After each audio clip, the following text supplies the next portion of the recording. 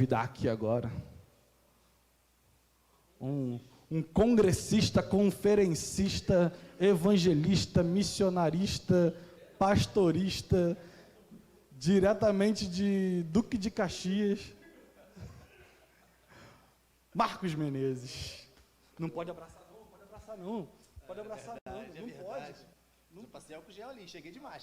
Então. Amém. A graça e a paz de Cristo a todos. Amém? Ai, gente, é muito estranho. O pastor fala, né, a gente fica lá em casa vendo, né, ouvindo ele falar, nossa, é estranho, não tem ninguém. Mas realmente é estranho. Mas, enfim, é a ferramenta que Deus nos permitiu estar usando nesse momento, nesse tempo difícil.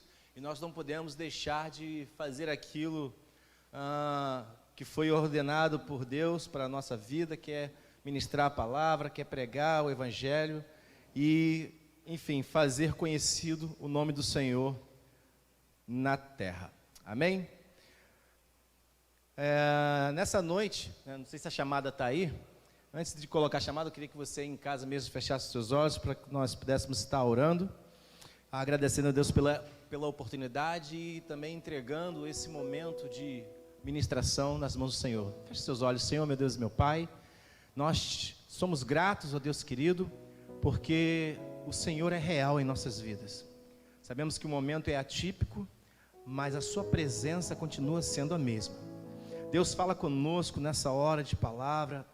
Aplica, Deus querido, o texto que o Senhor separou nessa noite nos nossos corações e faça a diferença. Assim nós oramos em nome de Jesus. Amém. Palavra de Deus nos Salmos, capítulo 128, livro dos Salmos, Salmo de número 128. Pode colocar a chamada aí, não sei se está aparecendo para você aí em casa. Mas, aí, tá aí. Casos de família. Por que eu escolhi esse tema?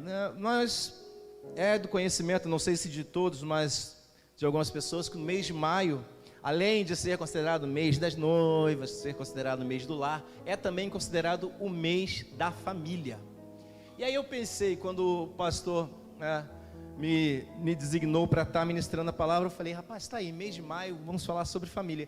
Então eu lembrei de um programa que tinha, não sei nem se ainda passa ainda, eu não sei, eu nunca vi, mas eu achei interessante o nome e a proposta. Aí eu fui pesquisar sobre casos de família, talk show conhecido por alguns, numa situação em que é retratado ali conflitos interpessoais a nível familiar ou a nível de pessoas próximas, seja por conta do trabalho ou vizinhança, aonde são apresentados algumas questões do cotidiano daquelas pessoas que ali estão. E eu achei interessante porque não há um livro mais repleto de casos de família do que a Bíblia. Se você for parar para analisar, de Gênesis a Apocalipse, sempre tem uma situação de conflito interpessoal. E aí quando você pega esse salmo de número 128, é como se esse salmo aqui fosse apresentasse o padrão de família segundo a ótica de Deus. Eu quero ler 4 versículos. Se o vento aqui me ajudar, não desliga o ventilador porque o calor é real, mas eu vou tentar prender aqui. Enquanto isso, você vai achando aí, você que não achou. Você que achou diz amém, né? De praxe, aquele padrão antigo. Quem não achou diz misericórdia, não é isso? Glória. Mas enfim, Salmo de número 128, a partir do verso 1, eu vou ler apenas 4 versículos, como eu disse. A minha versão diz assim: bem-aventurado todo aquele que teme o Senhor e anda em seus caminhos. Verso 2: pois comerás do trabalho de suas mãos, serás feliz e tudo irá bem. Em tua casa a tua mulher será como a videira frutífera e teus filhos como brotos de oliveira ao redor da tua mesa. Assim será abençoado o homem que teme ao Senhor. Ok? Não sei se a versão que você usou, a versão da King James, é bem parecida com a que foi lida aqui. Mas eu quero chamar a sua atenção para esse padrão de família apresentado. É como se Deus estivesse dizendo assim: ei, humanidade, eu tenho um padrão estabelecido daquilo que eu entendo por núcleo familiar. E a ideia de Deus, perceba que o salmista, quando ele começa a sua narrativa, ele diz que bem feliz, muito feliz, felicíssimo, é todo aquele, não é qualquer um. Percebe aqui que nessa qualidade de ser muito feliz, o autor ele separa, ele destaca que isso é reservado para aquelas pessoas que de fato temem a Deus, ou seja, reverenciam o Senhor, reconhecem Deus como o Senhor de suas vidas e por conta disso resolvem andar nos seus caminhos, ou seja, trilhar a sua jornada.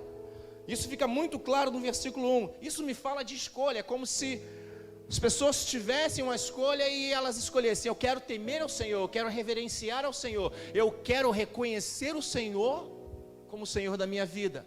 E por conta desse reconhecimento, eu quero conduzir a minha vida nos caminhos desse Deus.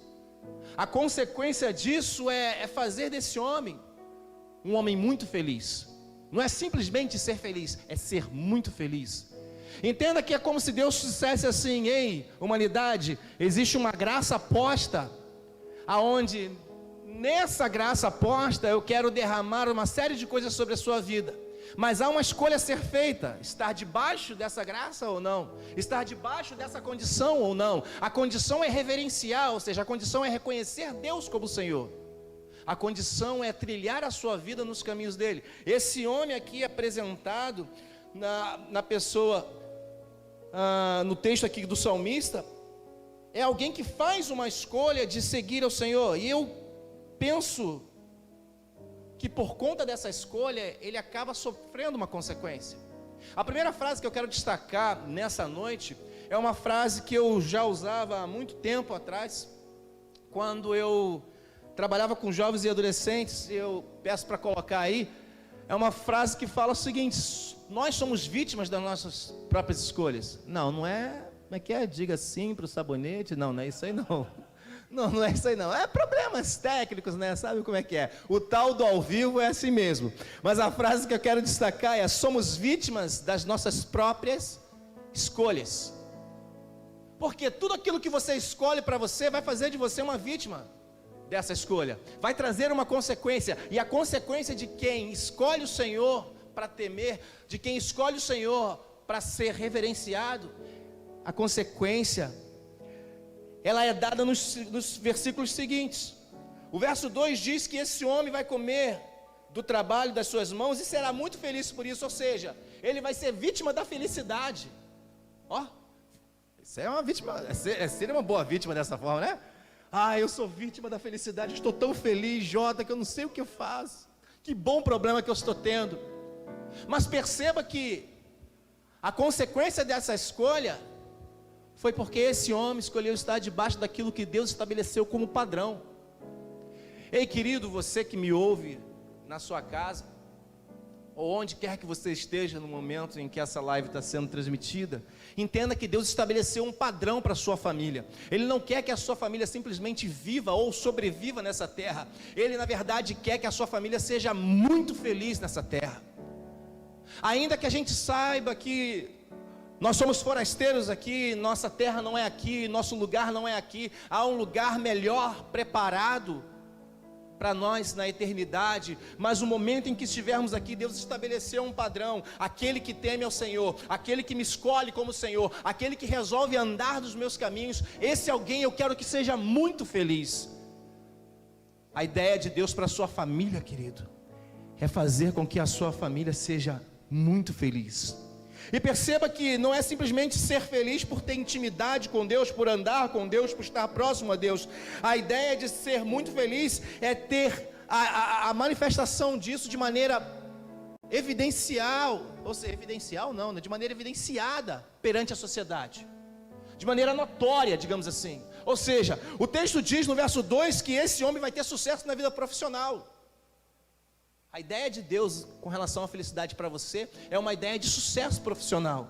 Porque quando o texto diz: comerás do trabalho de suas mãos, ou seja, serás feliz, não é você ir para o trabalho e voltar do trabalho tipo: não aguento mais esse emprego, eu juro que até o final do ano eu peço as contas. Não, a ideia de Deus não é isso. A ideia de Deus é você acordar de manhã: oba, glória a Deus, hoje eu vou para o meu trabalho, aleluia. Não porque o seu trabalho talvez é o melhor, mas porque o Deus que você serve faz com que esse trabalho seja o melhor de todos.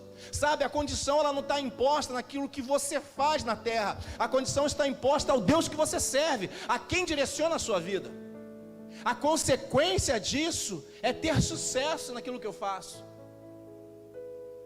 Pode ser o trabalho mais simples de todos, quando isso é posto nas mãos do Senhor, querido, a consequência que Deus traz para mim e para você é uma condição de felicidade. E o texto ainda diz na minha versão: e tudo irá bem. Sabe, eu vejo aqui, na verdade, um homem tendo sucesso na sua vida profissional e sendo bem resolvido financeiramente. Ah, pastor, então você está dizendo que ele era rico? Não, o texto não está dizendo que ele era rico. O texto está dizendo que tudo ia bem. Ou seja, sejam quais forem as consequências que esse homem vivia na sua vida, seja quaisquer que sejam as condições que ele vivia com a sua família, o texto diz que ele era bem resolvido. E aí não é bem resolvido porque ele tinha um bom emprego, era bem resolvido porque ele tinha um Senhor sobre ele, e resolveu seguir a sua vida e conduzir a sua vida nessa caminhada. Eu quero abrir aqui uma reflexão para você, chefe de família. Como você tem conduzido a sua família? Em qual caminho? Quais são as suas escolhas? Perceba, a frase é bem clara: você vai ser vítima dessa escolha. Sabe, quando se fala de convivência familiar, é inevitável você pensar numa situação de conflito. Só que nesse texto aqui, no verso 3, nessa convivência familiar, o texto diz que esse homem na sua casa está bem resolvido também no seu relacionamento conjugal e no seu relacionamento com os seus filhos. O verso 3 diz: em tua casa tua mulher será como videira frutífera. Sabe, sua mulher vai andar com o rosto de ponta a ponta. E aí não é porque o pagamento caiu. Não. Eu lembro de uma frase que Sônia Hernandes uma vez citou num dos DVDs do Renascer Praise. E na verdade é uma frase, eu acho que o Estevão Hernandes que cita essa frase, dizendo, acho que é no DVD Aliança. A frase diz que é preciso amar quando tudo vai bem, mas é preciso amar muito mais quando as coisas não vão bem. Sabe, a questão de felicidade nesse contexto não está linkado ao fato da condição que esse homem tem. Está linkado à escolha que ele fez. A sua mulher como videira frutífera, porque esse homem escolheu conduzir a sua casa no caminho do Senhor.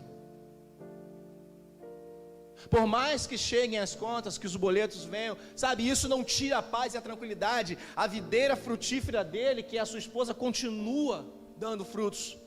Isso fala de alegria. A sua esposa será alegre, porque quando se fala de fruto da videira, se fala daquilo que se faz o vinho. E vinho na Bíblia tem uma tipologia bíblica que aponta, dentre várias tipologias, para alegria, para prazer. A ideia de Deus para a sua família, querido, é uma convivência prazerosa. Sabe, ele diz ainda que a convivência com os filhos serão como brotos de oliveira ao redor da mesa. Serão filhos bem resolvidos, serão filhos destinados a grandes feitos. Eu não quero me prender a isso, mas eu não consigo me desvencilhar disso, porque a ideia aqui de broto de oliveira, quando você pega os brotos para fazer azeite é um elemento, né, dentro da liturgia judaica, era um elemento, era um composto sagrado. Isso fala de uma certa forma da sacralidade dos filhos, da condição que esses filhos, das escolhas que esses filhos irão fazer. A sua mulher vai ter riso de ponta a ponta e os seus filhos vão andar numa conduta que aponta para um contexto de santidade, para um contexto de se separar daquilo que é ilícito.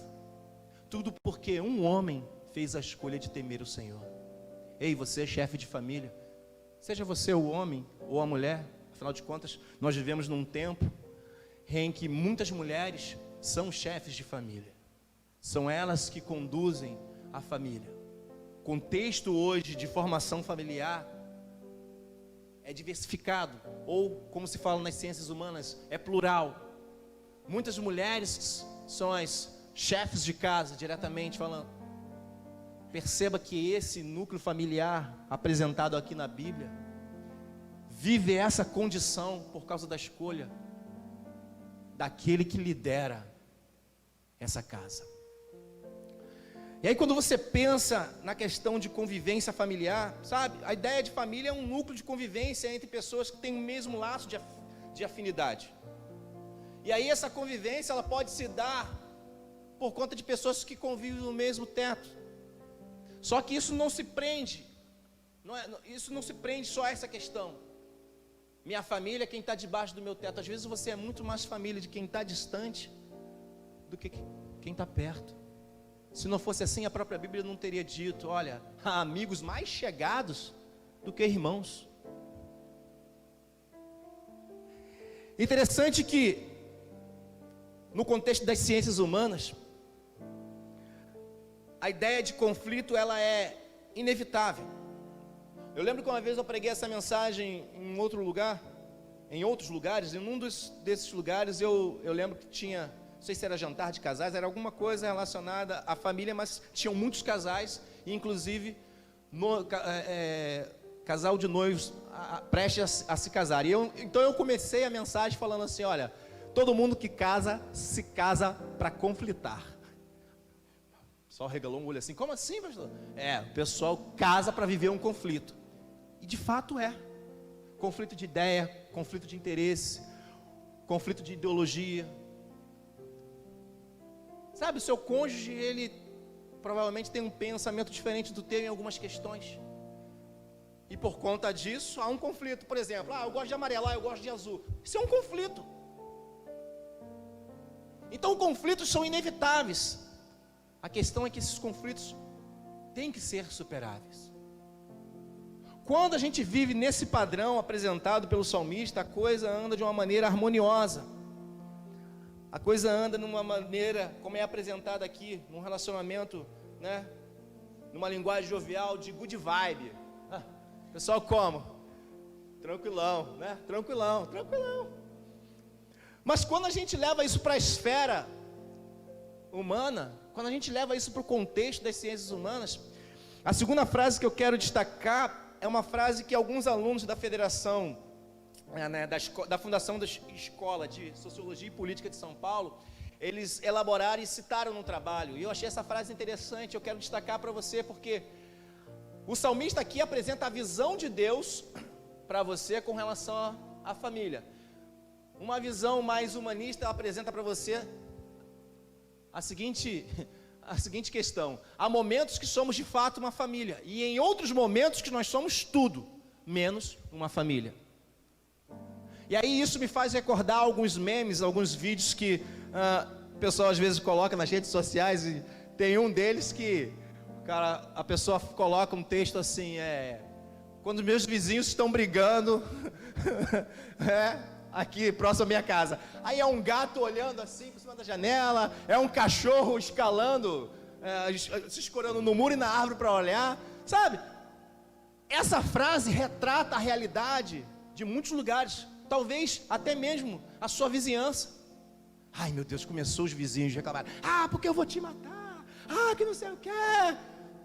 Você pensa, pronto, começou. Aí é aquele momento que você aumenta a televisão, é aquele momento que você coloca um louvor, porque você não quer emprestar os seus ouvidos a isso. É aquele momento em que você vai interceder, é aquele momento que você vai orar, pedir a Deus para trazer paz, pedir a Deus para que essa mesma paz que ampara o seu lar possa também amparar essa casa, essa vizinhança. Porque na verdade eles estão dentro desse contexto que as ciências humanas abordam. Há momentos que nós somos tudo menos uma família. A questão toda é que isso apresenta a ideia de casos de família. E quando você olha para a Bíblia, há diversos casos de família. Ontem eu escutei uma frase, depois da mensagem da Mônica, eu estava trabalhando e acabei, o YouTube estava aberto, então entraram outros vídeos, e um deles entrou a live da Mevan, né? O apóstolo Luiz Hermínio estava ministrando, e ele falou uma frase que, de tudo que eu ouvi, essa frase me saltou os olhos. Aí eu parei e falei, rapaz, como assim? Ele disse assim, a paz é dada a quem vence a guerra. Eu falei, até aí ele está lógico, está certo. nós precisamos aprender a vencer as nossas guerras. Aí eu pensei, sim. Porque quando você olha para o contexto de guerra, você pensa, um exército brigando com outro, poderio bélico, e você dando cabo dos inimigos e pronto, estabelecia a paz. Essa é a paz que é adquirida no contexto humano. Como é que é a paz adquirida no contexto de Deus? Isso me fez lembrar, eu parei nesse instante e levei a minha mente para o texto de João, capítulo 14, verso 27, quando Jesus diz, olha, eu deixo-vos a paz, a minha paz vos dou, eu não dou essa paz da maneira como o mundo dá. Sabe, a minha paz, ela é diferenciada. Só que eu linkei esse texto com a frase do Luiz Hermínio e eu fiquei pensando, realmente nós precisamos aprender a vencer as nossas guerras. Até lembrei, né, assim, eu luto minhas guerras. Não é o meu chamado. Cada um no seu. Mas na hora eu lembrei, eu botei esse louvor e realmente a gente precisa aprender a vencer as nossas guerras para adquirir a paz, não da maneira como o mundo consegue. E essa paz que a gente adquire de uma forma diferenciada precisa, de alguma forma, fluir de nós para esse mundo. A gente precisa aprender a vencer as nossas guerras, porque a paz é dada para quem vence a guerra. Sabe, conflitos no seu relacionamento é inevitável. Uma coisa, se eu não me engano, o Luiz Hermínio também falou isso, olha, duvide de um relacionamento que não tenha um conflito. Sabe, esses relacionamentos tipo padrão comercial de TV, todo mundo tranquilão, só aí. Tipo, final de ano, né? Em algumas emissoras, final de ano, todo mundo, né? Parece que é tudo mil maravilha. Duvide de um relacionamento que não tenha conflito. Ah, pastor, então você está dizendo que a gente tem que casar e tem que brigar com o nosso cônjuge? Não, queridos, você não precisa se preocupar com isso. Isso vai acontecer. Tipo, quem colocou esse copo d'água aqui? Por que não coloca na pia, meu Deus? Sabe, isso é inevitável. Meu Deus, qual a dificuldade de pendurar a toalha na corda? Sabe, é inevitável. Conflitos são inevitáveis. A questão é que a gente precisa aprender a administrar esses conflitos, a vencer essas nossas guerras, porque do contrário, tem gente que briga por uma gota d'água. Ah, isso foi a gota d'água, pronto, acabou o mundo. Isso me fez lembrar que, com o passar dos anos, a maturidade vem e você aprende a vencer as guerras, os conflitos que surgem no casamento, os conflitos que surgem no âmbito familiar. Eu e a minha esposa, a gente aprendeu a vencer as nossas guerras. Eu costumo dizer que a nossa maneira de vencer as nossas guerras e de resolver os nossos conflitos é semelhante a, não sei se tu lembra daquele comercial da Tigre, para um mundo sem palavrões. Não podia falar o nome, né?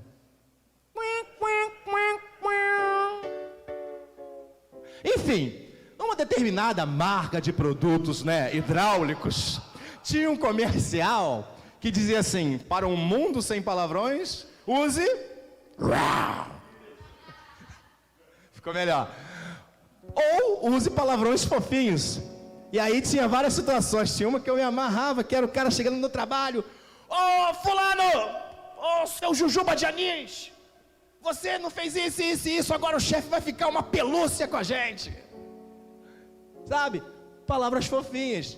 Ah, vai comer beijinho antes da janta. Ah, vai você, seu salamé minguê. Salamé minguê não. Aí pronto, aí começa a brigar. Sabe, me amarrava nesse comercial. Eu e a minha esposa, a gente aprendeu a viver e superar os nossos conflitos assim. A gente começa a brigar aqui, porque esse copo d'água eu botei mesmo. Botei, pronto, acabou. Acabou. Sabe, a ideia de não deixar o sol se pôr sobre a sua ira evita casos de família, ao ponto de chegar nesse extremo, de sermos de fato em alguns momentos família, e em outros momentos sermos qualquer outra coisa, menos família. E aí há um agravante para nós. Essa família aí do lado é cristã? Rapaz, se sendo crente eles brigam assim, imagine. Sabe, a gente está cercado por uma nuvem tão grande de testemunha. E pasme, as pessoas ficam olhando você como referência, positiva ou negativa. Referência para ser, poxa, quero ser igual esse casal, quero ser igual essa família. Ou, se for para ser crente, eu não quero ser como esse casal. Sabe, há uma responsabilidade sobre você. E eu quero dizer a você, família representada aí na sua casa, independente do seu credo religioso, ou até mesmo independente da sua denominação, eu quero me dirigir a você que está assistindo ou que vai assistir futuramente essa ministração. Entenda, as pessoas olham para você como referência de algo bom ou ruim. A escolha vai ser sua. A escolha é nossa. Portanto, conflitos são inevitáveis, mas eles podem ser superados. E aí, há uma lista de conflitos que a Bíblia apresenta, e eu gosto da Bíblia por isso. Sabe, a Bíblia, por mais que a gente tenha como nosso livro de regra de fé, nosso livro que a palavra de Deus apresentada para nós, o que eu gosto da Bíblia é que ela não omite nenhum detalhe. Ela não é uma caixa de promessas, aonde você só encontra a parada maneira e tipo assim, caramba, fantástico mundo, né, de Bob, ou então Tinkerbell e as fadas, e eles viveram felizes para sempre. O que eu acho interessante é que a Bíblia, ela faz questão de pontuar algumas histórias bizarras para a nossa época, quem dirá para a época em que foram escritas. No Salmo 128 é apresentado um padrão de família, e esse padrão de família de Deus era o padrão que Ele queria para a primeira família. Quando você olha para Gênesis, ali Adão e Eva, você conhece a história, vamos ganhar tempo porque o relógio é inimigo. Meu Deus, para esse relógio aí. Quando a gente olha para o contexto ali do Gênesis, né? Deus cria tudo, faz o homem fica meio choi, né? Da forma como o Rodolfo fala, fica meio para baixo ali, fica numa deprê, maior bad vibe, todo mundo tem alguém, ele sozinho, Deus olha, já sei, vou fazer, né? Alguém para estar junto ali com o meu servo. Pronto, Deus estabelece um padrão. E é interessante que no padrão apresentado de Deus, inicialmente, eles estão vivendo esse mesmo contexto. Adão teme ao Senhor, até porque o texto diz que Deus se apresenta, Deus vinha, olha só, cara, em vez de chegar assim, ô Adão, ô fulano, ô Miguel, ô Gabriel, ou qualquer anjo aí, vai lá, manda Adão se apresentar aqui a mim. Não, o texto diz que ele vai ao encontro de Adão. Olha a moral. Adão era temente a Deus, e Deus trocava a ideia direta ali. E aí, Adão, como é que você está? O que você está achando aqui do jardim? Tal? O que você quer que eu mude aqui? Adão está nesse contexto de temer ao Senhor. Adão está nesse contexto de andar com Ele, passear com Ele, durante a viração do dia. O texto no capítulo 2 de Gênesis fecha ali dizendo que o homem e a mulher estão juntos, eles estão nus ali, né, estão nus, meu Deus, enfim, está nu na parada ali, meu irmão, e não se envergonham, estão tranquilão, estão bem resolvidos. Esse contexto de estarem bem resolvidos no relacionamento apresentado aqui pelo salmista, é o mesmo contexto que nesse fechamento do capítulo 2, Adão e Eva estão vivendo. O problema é que no capítulo 3, surge o primeiro caso de família apresentado na Bíblia, que é quando outras pessoas interferem no relacionamento. Perceba que no capítulo 2, sei lá, tá tipo assim, e eles viveram felizes para sempre, lua de mel, pá, viagem, tour, foto, postaram nas redes sociais, tá, né? Aí agora, sei lá, surge uma oportunidade, alguém se mete. O que eu acho interessante no capítulo 3, no verso 1, é que o autor ali faz questão de destacar que a serpente era o mais astuto dos animais, ou seja, isso fala de alguém que é esperto, é inteligente, mas é alguém que também está próximo. Entenda uma coisa, na maioria das vezes quem vai se meter na sua vida e interferir no seu relacionamento não é alguém de longe, de fora, é alguém que está tão próximo que se acha no direito de interferir na vida do casal. No final do verso 2, do capítulo 2, o texto é bem claro, deixará pai e mãe, vai se unir um ao outro e viver a sua vida ali. Por mais que meu pai seja meu pai, por mais que minha mãe seja minha mãe, a primeira solução de um conflito tem que ser entre eu e meu cônjuge. Quando outras pessoas começam a interferir no relacionamento, a possibilidade de dar ruim é grande. Afinal de contas, Adão tinha Deus para recorrer. E é interessante que a serpente aqui, ela se mete numa situação e ela interfere no relacionamento de uma maneira, não de uma maneira qualquer de fazer um comentário. Poxa, ó, exemplo, vamos lavar essa louça, hein? Cadeira não, ó, teu marido vai reclamar.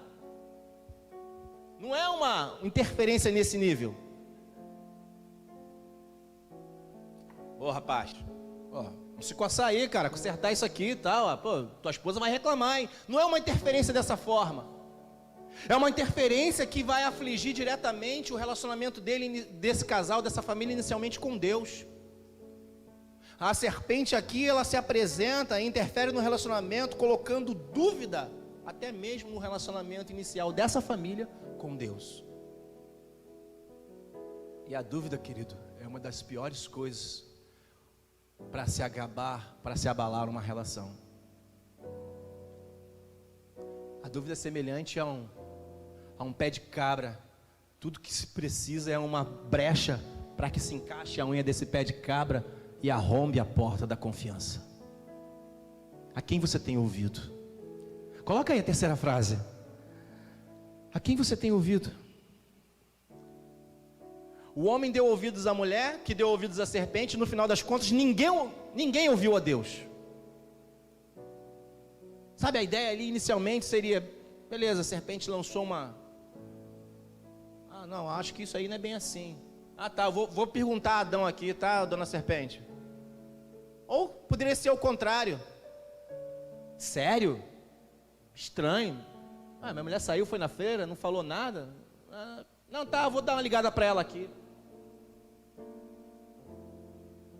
Sabe, às vezes algumas pessoas acham que está fazendo bem. Rapaz, tem uma parada para te contar. Isso. Sério? Será? Fulana fez isso? Beltrano fez isso? Sabe, a primeira atitude de Adão, a primeira atitude de Eva, seria um conversar com o outro. E ambos conversarem com Deus. Mas não. Por conta da proximidade, eu digo isso porque a forma como o texto apresenta esse enredo para nós, fala de alguém que está próximo, afinal de contas, estava todo mundo no jardim e tal. Ele faz questão de destacar a qualidade da serpente, ou seja, era astuto, era inteligente. E se ele se direciona à mulher, porque havia intimidade. Traz para o nosso contexto, há pessoas que estão próximas de nós e às vezes por essa proximidade a gente acaba dando mais ouvidos à amiga ou ao parça do que o nosso próprio cônjuge. A possibilidade de isso afetar a relação é grande, querido. Sabe, consequência disso, a família é desestabilizada. Se outrora nos Salmos, essa família, o homem ia ser temente a Deus, ia comer do melhor do fruto, ia ser bem resolvido na vida financeira, na sua vida profissional, seus filhos como? Tranquilão. Agora começa tudo ao contrário, a mulher vai ter dor para gerar, vai ter dor para parir, o homem vai ter que se matar de trabalhar, vai comer do suor do seu rosto, isso fala de desgaste. E aí, isso aflige os filhos. Outro caso de família são contenda entre irmãos. O que acontece? No capítulo seguinte, você conhece a história, Caim, #chateado com Abel, vai lá e mata o amiguinho, mata o irmãozinho. Só isso, só matou o irmãozinho. Não gostei, morre. Sabe, fazendo uma leitura não romantizada do texto, talvez você não chegou às vias de fato. Mas quantas pessoas já mataram os seus irmãos no coração? Meu irmão para mim morreu, eu nunca mais vou falar com a minha irmã. Cara, aí não sei o que, vi bem tua irmã, não sei o que. Irmã, eu não tenho mais irmã. Quantas pessoas fizeram isso no coração? Claro que a gente sabe que no meio secular há casos mesmo que irmãos que se matam mesmo, mas pensa, por exemplo, Esaú e Jacó. Se a mãe não entra ali não intervém ali, não faz uma intervenção, Esaú ia matar Jacó. Ela fala assim: ó, Jacó, faz as malas, mete o pé para a casa de Labão, porque teu irmão vai te matar. Ela foi prudente, sabe? Isso acende um alerta para mim e para você que é pai, que é mãe. Observe os seus irmãos, sabe? Ter conflito entre irmãos é normal, ter conflito entre irmãos é até aceitável, afinal de contas, pensam diferente. O problema é quando esses conflitos chegam a ponto de perder o respeito e se agredirem, porque essa agressão pode chegar a esse extremo. Isso acende um alerta para mim e para você que somos pais. Observe o relacionamento dos seus filhos, observe como esses irmãos se tratam, sabe? Independente de não concordarem com algumas coisas, independente de viverem um conflito, tem que haver o respeito. É minha irmã, é meu irmão, porque do contrário, a Bíblia já narra a possibilidade desse conflito não acabar muito bem, desse caso de família, né? Dessa treta armada não acabar muito bem.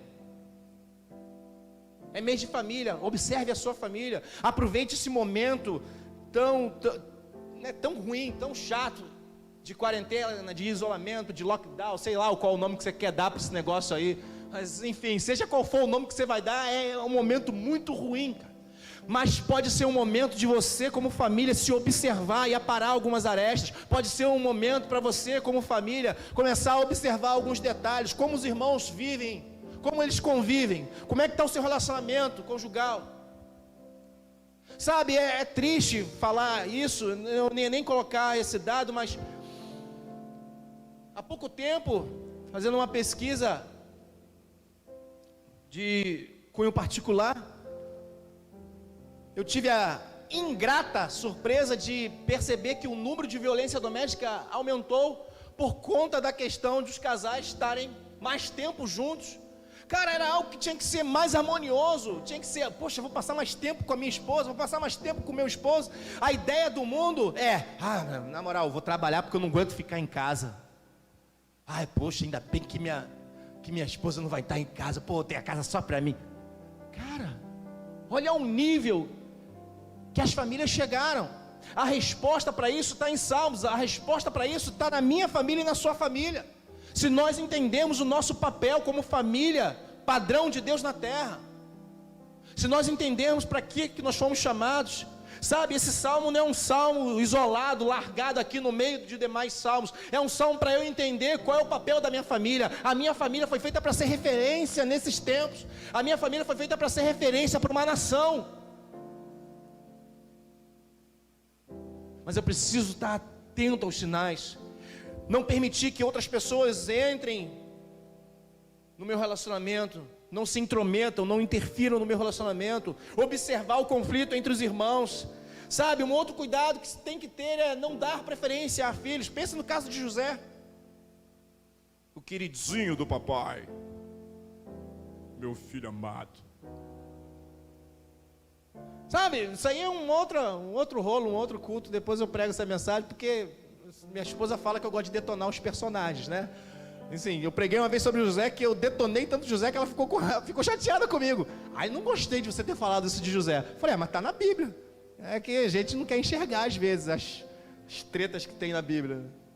A gente às vezes faz uma leitura muito romantizada, mas se você parar para analisar, cara, José foi o cara no futuro, mas no começo, na adolescência, deu um trabalhinho. Eu não aguento mesmo. Gênesis capítulo 37, rapidinho. Se liga só no rolo. Versículo 2, 37, versículo 2. Aos 17 anos de idade, José cuidava dos rebanhos com seus irmãos. Ele era um dos mais novos, ou seja, era mais velho só do que Benjamim. Mas nesse momento aqui, não sei nem se tinha Benjamim. Não tinha Benjamim. Mas enfim, nesse momento aqui, José está como? Queridinho do papai, porque é filho da velhice. O texto faz questão de dizer isso. Ele ainda jovem auxiliava os filhos, né? Os seus irmãos, melhor dizendo, e levava ao seu pai as más notícias, ou seja, desnoviava os irmãos. Por quê? O pai dava uma moral para ele, diferenciada, deu uma roupa diferenciada, tipo, não sei nem se pode falar, né? Não pode falar. A pessoa compra roupa para todos os filhos numa determinada marca, uma determinada loja popular.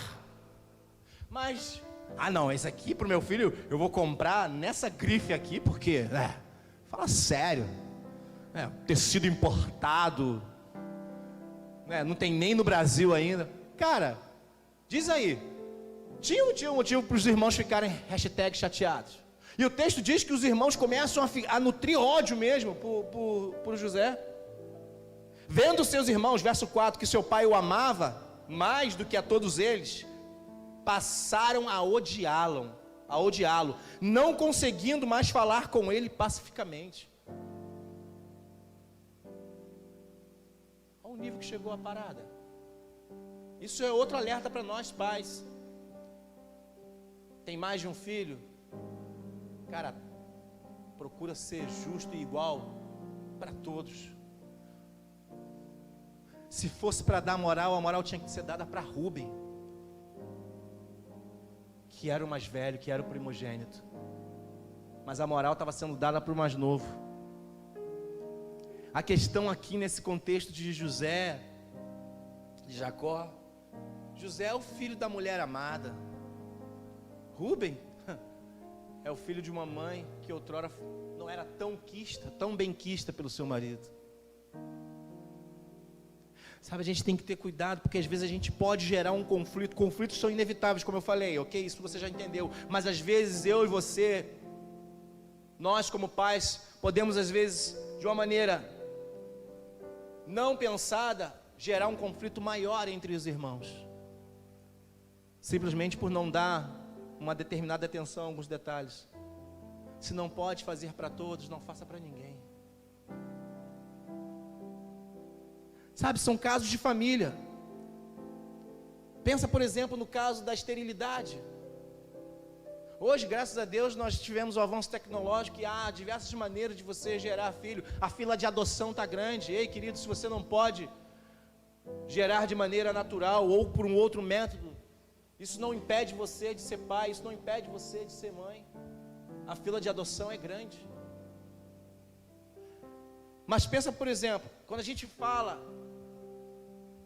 de grandes homens de Deus, no contexto hebraico, 3 se destacam: Abraão, Isaac e Jacó. E se 3 homens se destacam, 3 mulheres também se destacam. Sim ou não? Afinal de contas, há um dito popular, que diz que por trás de um grande homem, há sempre uma grande mulher. O problema é que nesse contexto inicial, essas mulheres não são bem vistas nas suas sociedades porque elas não podem gerar. E ser estéril no contexto histórico social aqui da época era algo pesadíssimo. Numa sociedade tão rígida, tão tradicional, tão paternalista, se a mulher não pudesse gerar filho, ela era uma causa, ela era um impedimento do filho, do marido ter continuidade da sua geração, ou seja, dar continuidade ao seu nome. Uma mulher que não pudesse gerar filhos era vista como uma mulher maldita. Olha a situação que essas mulheres estão. Sara, Rebeca, Raquel, todas as 3 eram estéreis. A diferença, quando o problema surge, o problema delas aqui era a esterilidade. Você, mulher, eu não sei qual é o seu problema, você que me ouve, mas pensa um pouco. A questão não é ter o problema, a questão é como você se comporta diante desse problema. A gente conhece a história, vamos ganhar tempo. Sara, ela ouve uma promessa da parte de Deus: olha, você vai gerar, você vai ser mãe de filhos, Abraão vai ser um pai de uma grande nação, confia. Isso no capítulo 15, se não me falha a memória. No capítulo 16 ela faz totalmente ao contrário. Ela pega: ei, Abraão, Deus me impediu de ter filho, toma aqui a minha serva e gera filhos nela. Sabe, ela se precipita. Diante do momento, ela tinha uma promessa, ela prefere colocar a promessa de lado e se precipitar, se antecipar. Ou há quem diga que talvez ela queira dar uma mãozinha para Deus. Ei, querida, ei, querido, se Deus falou algo para você, confia na promessa que Ele te fez. Mas eu acredito que talvez a precipitação de Sara seja por conta da situação que ela vivia.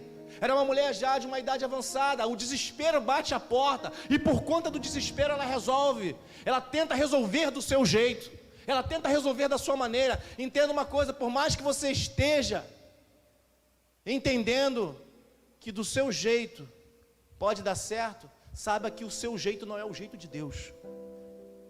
Saiba que a sua maneira não é a forma como Deus quer fazer.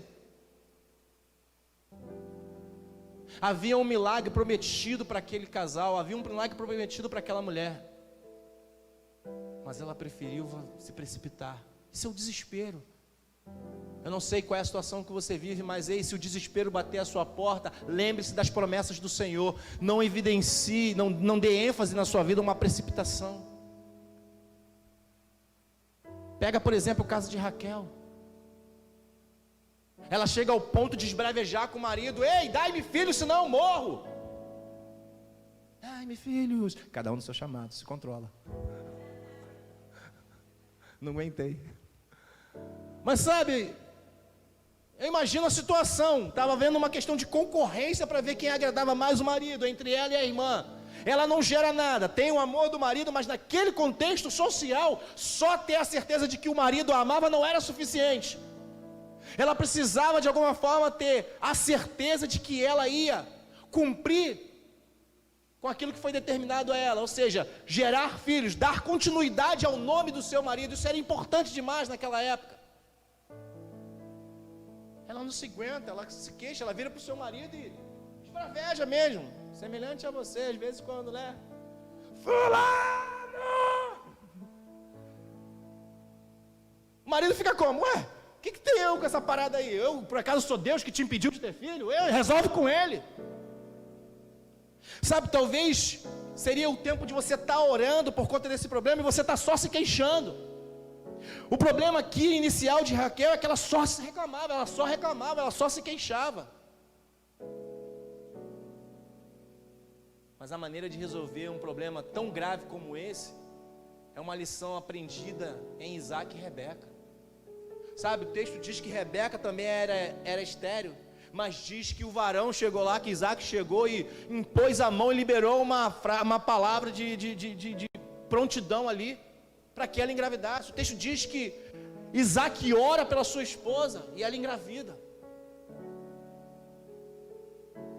Sei lá, eu fico imaginando aqui, ontem eu estava pensando no trabalho sobre esse contexto, estava viajando assim, né?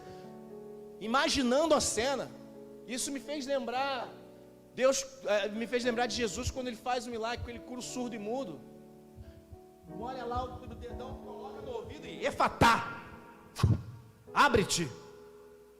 Eu imagino o Isaac aqui, sei lá, usando o hebraico antigo mesmo e liberando uma palavra semelhante a essa de Jesus, dando uma palavra profética mesmo, se você gosta desse termo, ou uma palavra de prontidão, uma palavra forte, como os nossos irmãos pentecostais.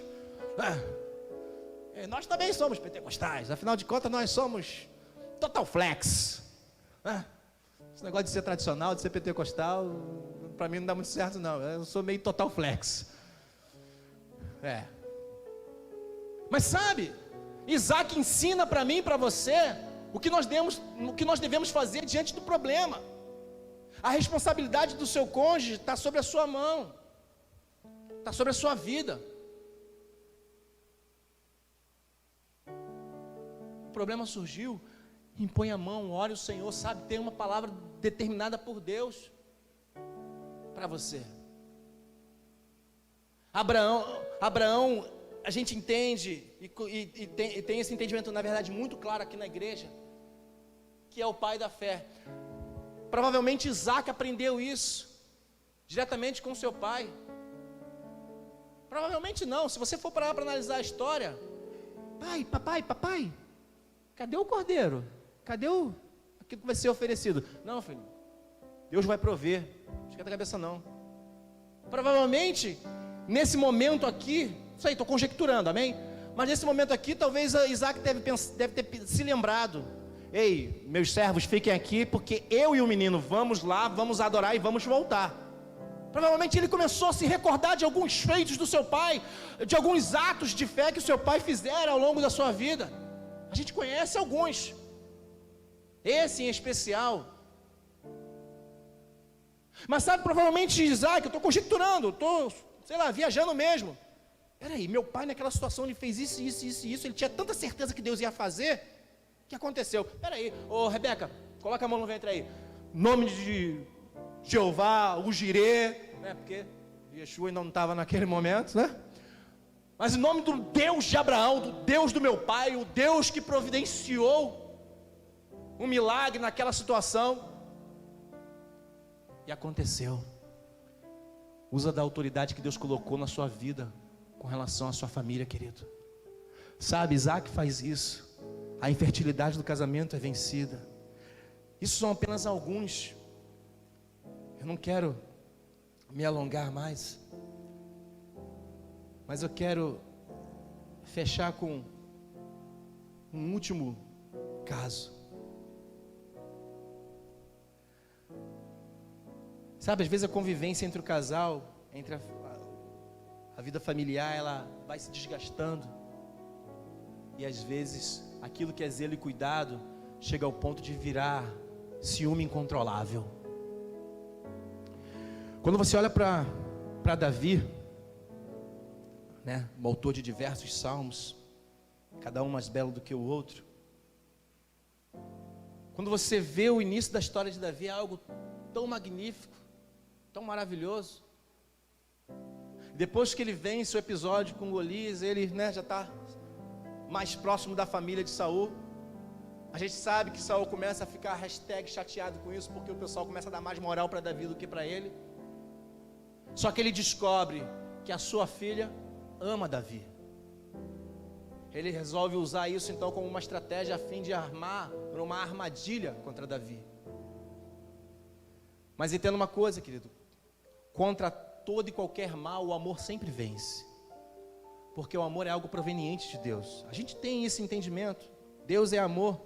E Ele manifesta esse amor de diversas maneiras ao longo da história da humanidade. Mas no caso de Davi é algo tão maneiro, porque você vê que há uma cumplicidade entre o casal. Sabe, no primeiro momento você vê aqui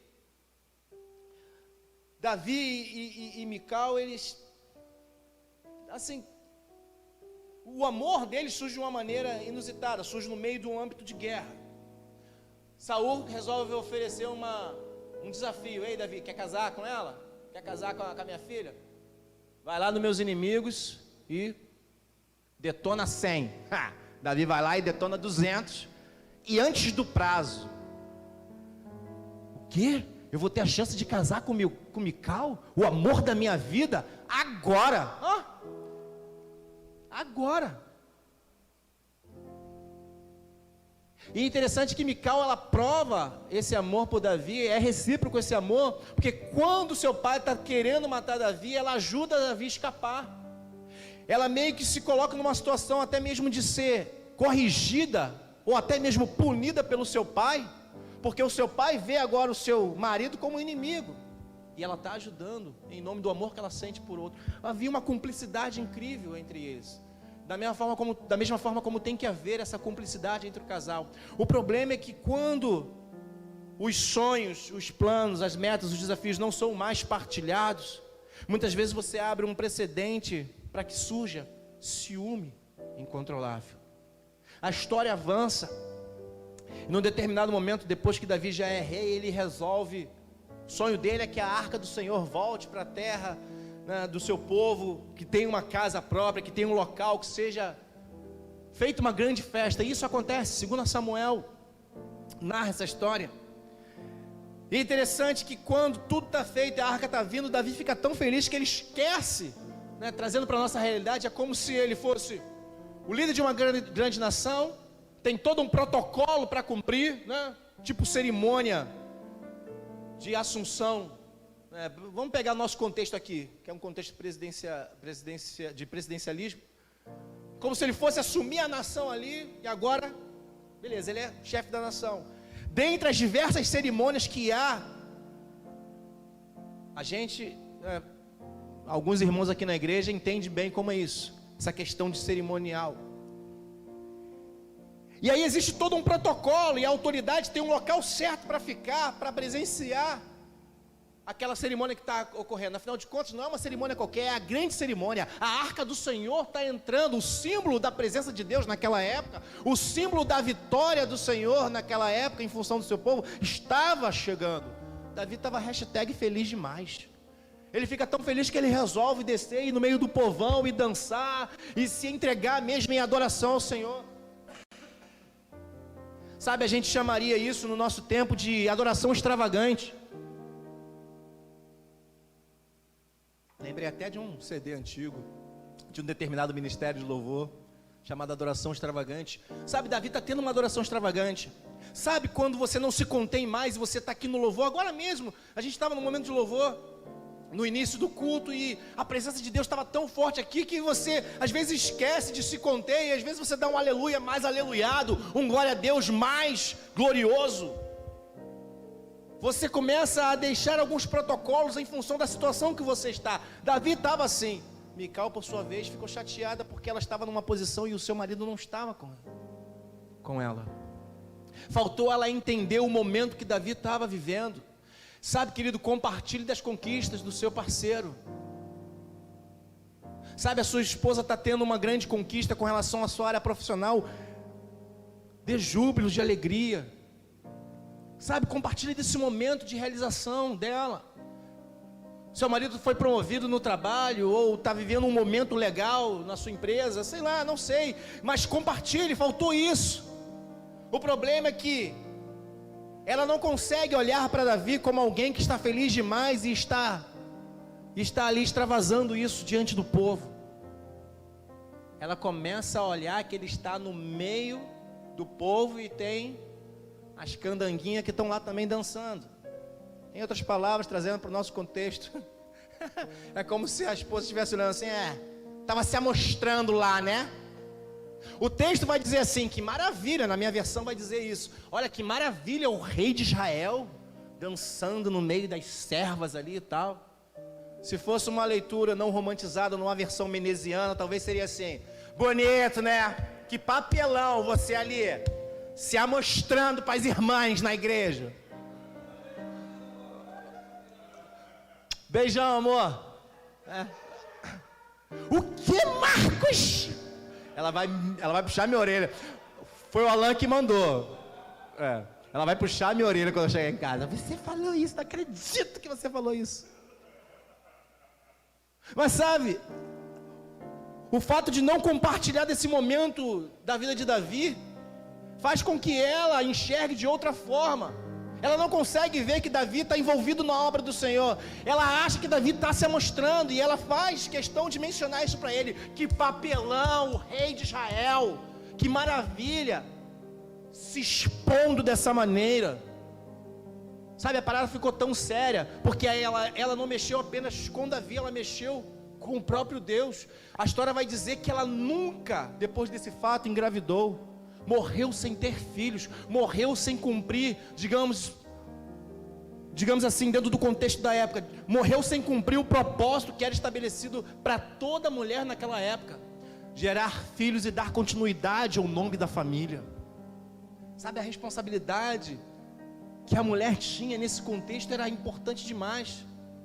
Ela tinha a capacidade de fazer um nome se perpetuar ao longo da história, ou se encerrar por inteiro. Você percebe que depois desse fato praticamente não se fala mais nada de Mical. O fato de se opor não somente à conquista do seu marido, mas na verdade o fato de se opor à obra de Deus na vida do seu marido traz uma consequência desagradável demais. Faz dela a vítima de uma péssima escolha. Escolha estar ao lado do seu cônjuge, querido. Escolha estar ao lado da sua família, mas sobretudo escolha estar ao lado de Deus. Sabe, esse Salmo 128 mostra para mim e para você o resgate daquela primeira família. Talvez você não tinha temor do Senhor, ou talvez meio que perdeu isso, amadureceu demais, digamos assim, na fé. É uma coisa que eu nunca entendi. Não, que quando eu estava no primeiro amor, eu agia assim e tal. Mas agora, né, eu deixei o primeiro amor. Como assim? Eu entendo o primeiro e único. Talvez o grande problema é que muitas vezes a maturidade impede que a gente se volte para Deus da maneira como a gente se voltava antigamente. Eu quero encerrar essa ministração. Já pedi o Ministério de Louvor para vir para cá. Mas entendendo que, seja qual for o problema que você tenha, saiba que Deus, Ele tem a resposta certa. Sabe, a sua família, ela foi chamada para ser bênção de Deus. E não somente no mês de maio, porque é o mês da família. Ela foi chamada para ser bênção todos os dias. Mas talvez você não consegue ver isso ou viver assim dessa forma por conta de questões pontuais, por conta de problemas estabelecidos. Sabe, talvez você não consegue ver isso porque há um problema na sua família, talvez tão grave como foi esse de Sara, de Raquel, como foi o de Rebeca. Mas saiba que o nome de Jesus tem poder de fazer o inferno estremecer, querido. Tem poder de fazer coxo andar, tem poder de mudar o contexto, tem o poder de mudar toda e qualquer situação. Sabe, mas é uma escolha que eu e você temos que fazer. Como eu vou conduzir a minha família? Como eu vou conduzir? No nome do Senhor? De acordo com o nome do Senhor? Na caminhada do Senhor? Ou da maneira como eu quero? Conflitos são inevitáveis, mas a paz só vem para quem vence o conflito. Jesus dissera isso. Eu quero que você pense sobre isso.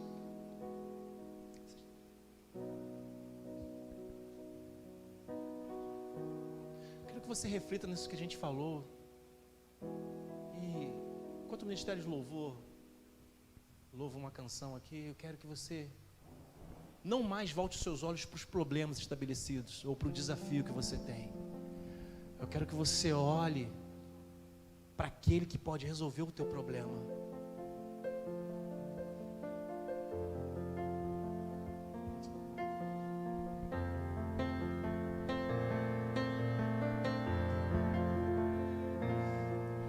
Recebi um novo coração do Pai, coração regenerado, coração transformado, coração que é inspirado por Jesus. Fruto deste novo coração, eu declaro a paz de Cristo, te abençoo, meu irmão. Preciosa é a nossa comunhão. Somos corpos, assim bem ajustados, totalmente ligados, unidos, vivendo em amor da família. Cara, você, família de Deus, se abrace aí nessa hora em casa. Cante isso abraçado. Cante isso de mãos dadas. Expressando a glória do Senhor da família, vivendo compromisso do grande amor de Cristo. Eu preciso de ti, querido irmão. Precioso és para mim, querido irmão. Em sua casa, tua mulher será como a videira frutífera. Ei, mulher, Deus quer colocar um sorriso nos seus lábios, não apenas no momento, Ele quer colocar um sorriso nos seus lábios para o resto da sua vida, até que Ele te leve. Ele ainda diz: os teus filhos serão como brotos de oliveira ao redor da sua mesa. Assim será abençoado o homem que teme ao Senhor, o homem que recebe um novo coração de Deus, o homem que faz do coração de Deus, o seu próprio coração, o homem que resolve trilhar a sua vida e a sua jornada, conduzindo a sua família no caminho do Senhor. Que essa seja a sua escolha nessa noite, e eu quero orar por você, eu quero orar pela sua família, e nesse momento eu peço a você que está em casa, se você tiver possibilidade, esteja juntos aí, abraçados, se possível, de mãos dadas, mas que nós fizéssemos essa oração em família, porque a base dessa sociedade é a família, mas sobretudo famílias fortalecidas no Senhor. Você é a resposta que essa sociedade precisa. Feche seus olhos. Senhor, meu Deus e meu Pai, nós entendemos o nosso chamado, nós entendemos o nosso propósito na terra, nós não fugimos dos conflitos que nós temos. Grandes homens e grandes mulheres de Deus tiveram desafios, tiveram conflitos, cada um mais difícil do que o outro. Mas a gente entende que quando a gente faz a opção que Isaac fez, de orar pelo cônjuge, a gente vê notória a tua resposta. Deus, em nome de Jesus, que a partir de hoje nós não possamos mais permitir que outras pessoas interfiram nos nossos relacionamentos, porque o nosso relacionamento nós colocamos na mão do Senhor, a nossa família nós colocamos na mão do Senhor, aquele que tem total direito de fazer qualquer intervenção. Deus, em nome de Jesus, nós entendemos, ó Pai amado, o nosso legado nessa terra, de apresentar para este mundo a paz que nos foi dada através do Teu Filho Jesus Cristo. Entendemos que não é mais uma paz dada de qualquer maneira, não é uma paz semelhante àquela que o mundo consegue através talvez da força física ou de outra maneira. Nós entendemos que na verdade as nossas guerras quem luta é o Senhor, os nossos conflitos quem vence é o Senhor.